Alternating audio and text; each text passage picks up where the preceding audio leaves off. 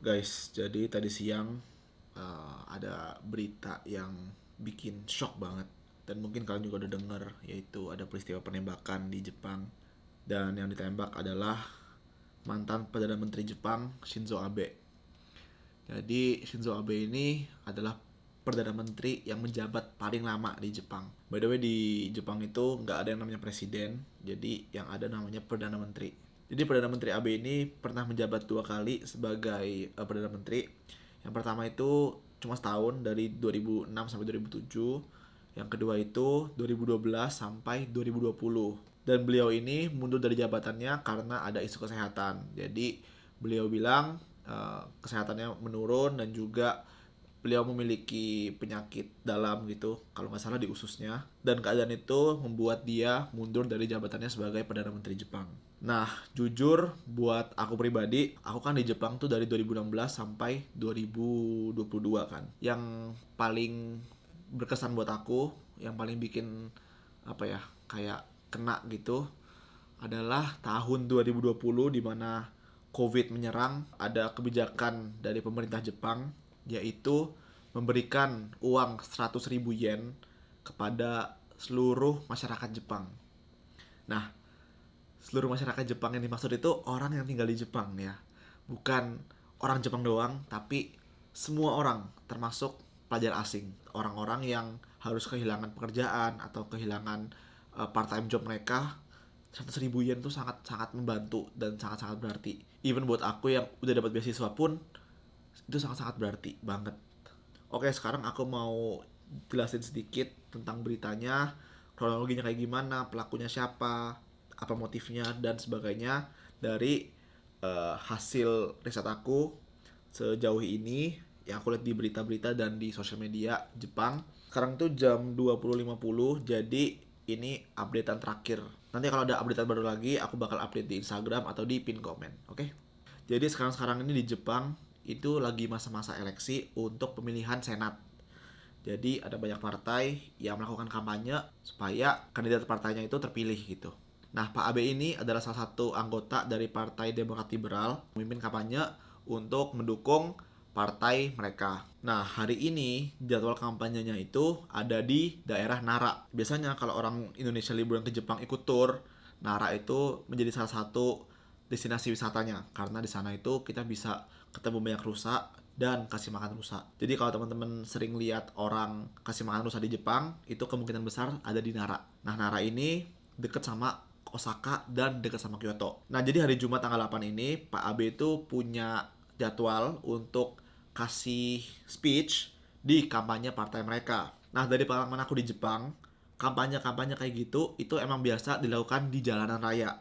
Jadi biasanya jalan gede gitu, nah di pinggirnya mereka bikin satu kayak barisan atau satu kayak panggung gitu, panggung kecil untuk orang speech dan kasih kampanye gitu. Dan biasanya di sekelilingnya itu ada kayak anggota-anggota partainya dan ada pendukung-pendukungnya juga, jadi rame banget. Dan biasanya kampanye-kampanye itu dilakukan di tempat yang banyak orangnya, banyak orang berlalu lalang di situ, ya supaya banyak orang yang denger gitu kan. Nah, hari ini Pak Abe itu melakukan pidatonya di depan stasiun Yamato Saidaiji di prefektur Nara tadi. Awalnya itu lancar-lancar aja, dan sekitar jam 11 tiba-tiba ada orang yang nembak ya, ada bunyi tuar. Terus awalnya itu di tembakan pertama itu nggak kena, dan ada bunyi lagi dor. Tembakan kedua, tiba-tiba Pak Abe jatuh, dan ternyata pelurunya itu kena bagian dada. Nah, di Twitter Jepang ini rame banget videonya, ada beberapa angle dan aku bakal tunjukin ke kalian. Buat yang nggak kuat atau takut untuk nonton, kalian bisa skip part ini. Oke, jadi ini angle pertama dan ini yang paling jelas menurut aku. Nah, jadi tuh angle pertama.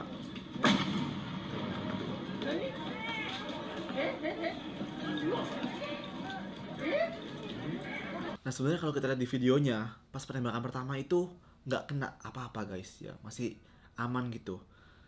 Dan sebenarnya kalau kita lihat ya, pas tembakan pertama orang tuh kan kaget banget ya.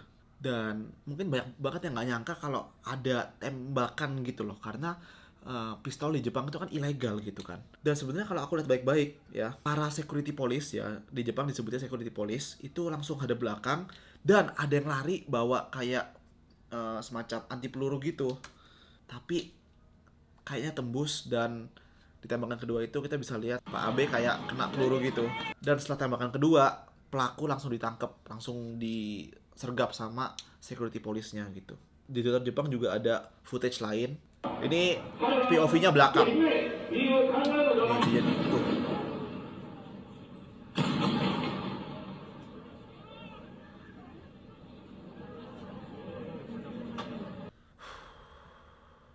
Ngeri banget. Dan ada kamera lain, kita bisa lihat kalau pelaku itu dari awal udah di belakangnya Pak Abe nanti.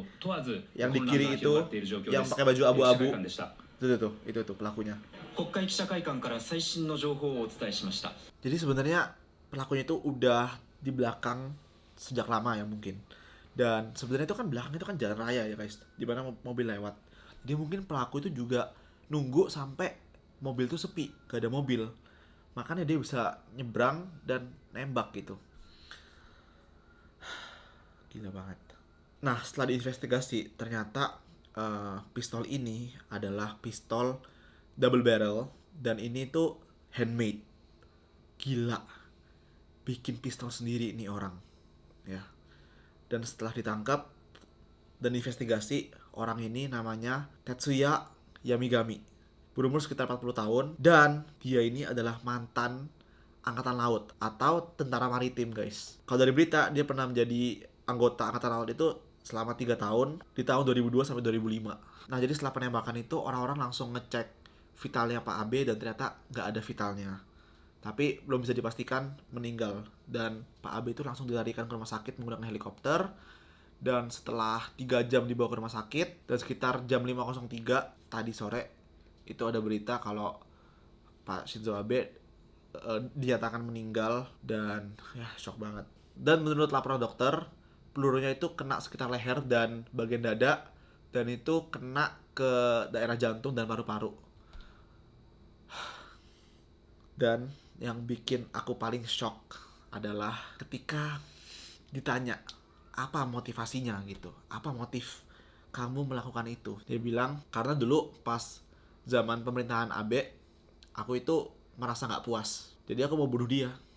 Terus ketika ditanyain apakah kamu itu punya dendam terhadap political belief atau kayak kepercayaan politiknya Pak Abe, dia bilang enggak ada dia dendam sama kepercayaan politiknya Pak Abe atau cara politiknya gitu.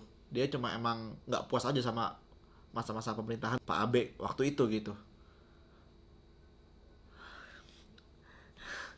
Gila sih, maksudnya di Jepang itu emang kayak waktu yang lalu ada kasus Joker, kalau kalian masih ingat, yang pas Halloween itu dia bakar kereta terus dia nusuk orang. Alasannya ya apa, kayak dia pingin bunuh orang gitu. Ya psikopat gitu, kayak mereka find joy atau kayak apa ya, gak ada tujuan lain selain pingin bunuh orang gitu.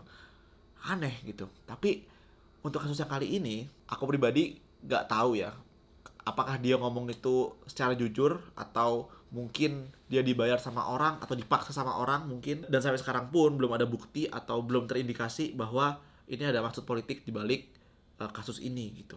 Jadi kalau dari perkataannya dia bisa disimpulkan itu ini dendam pribadi dan gak ada hubungannya sama yang lain-lain gitu, gak ada hubungan sama politik dan sebagainya. Jadi benar-benar masalah pribadi. Tapi wah gila sih. Gila sih. Jepang itu kan terkenal sebagai negara yang aman guys ya. Emang aku selama di sana itu kayak merasa aman, merasa kayak keamanannya ketat. Bahkan kalau kita merasa nggak nyaman terhadap seseorang itu kita bisa panggil polisi. Bahkan kalau tetangga kita ribut itu kita bisa panggil polisi dengan mudah dan polisi itu langsung datang. Cuma emang yang tiba-tiba aja bisa ngebunuh, bisa tiba-tiba aja melukai orang gitu tanpa alasan yang jelas gitu. Dan dari aku ngobrol sama teman-teman aku yang di Jepang, katanya salah satu pemicu munculnya orang-orang kayak gitu itu karena memang stres gitu. Stres di Jepang itu sangat tinggi sehingga sebagai salah satu pelampiasan ya entah bunuh diri atau bunuh orang lain terus bunuh diri kayak gitu-gitu guys. Jadi seaman-amannya suatu negara, meskipun Jepang dikenal sebagai negara yang paling aman, tetap aja kita harus selalu waspada. Ya sebenarnya susah juga sih untuk selalu waspada karena ya mana tahu gitu. Aku yakin juga orang-orang di Jepang pasti semua shock banget. Bahkan di Jepang itu trending Twitternya shock. Jadi shock itu jadi suatu trending Twitter nomor 2 di Jepang tadi. Asli sih aku shock banget juga sampai sekarang, kayak nggak habis pikir. Dan di Twitter juga rame, banyak orang itu kayak nyalahin guardnya Pak AB ini gitu, kenapa telat gitu. Padahal kalau kalian gercep untuk nangkep atau untuk melindungi Pak AB, maka dari tembakan satu ke tembakan kedua itu Pak AB bisa selamat gitu. Banyak yang nyalahin guardnya gitu, kayak kalian ngapain woi, kalian tuh kerjanya nggak benar gitu. Padahal kalau di video mereka udah gerak gitu, mereka udah berusaha untuk melindungi, tapi masih kena Pak Abe. Dan ya oke, jadi kira-kira begitu update-nya.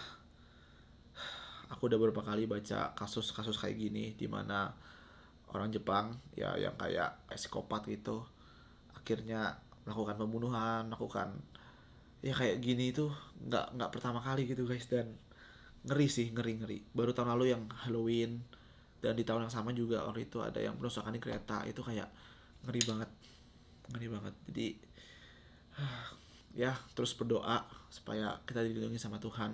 Ya pasti kita nggak mungkin lah bisa waspada tiap saat. Waspada pun kalau tiba-tiba orang sebelah kita mau ngebunuh kita, ya kita nggak bisa apa-apa kan. Jadi uh, cuma Tuhan yang bisa melindungi kita dari hal-hal seperti ini. Ya kira-kira begitu. Ya aku berharap semoga kedepannya nggak ada lagi kasus-kasus kayak gini, dan semoga kita semua dimanapun kita berada bisa hidup dalam damai. Oke, jadi sekian video kali ini. Bye bye.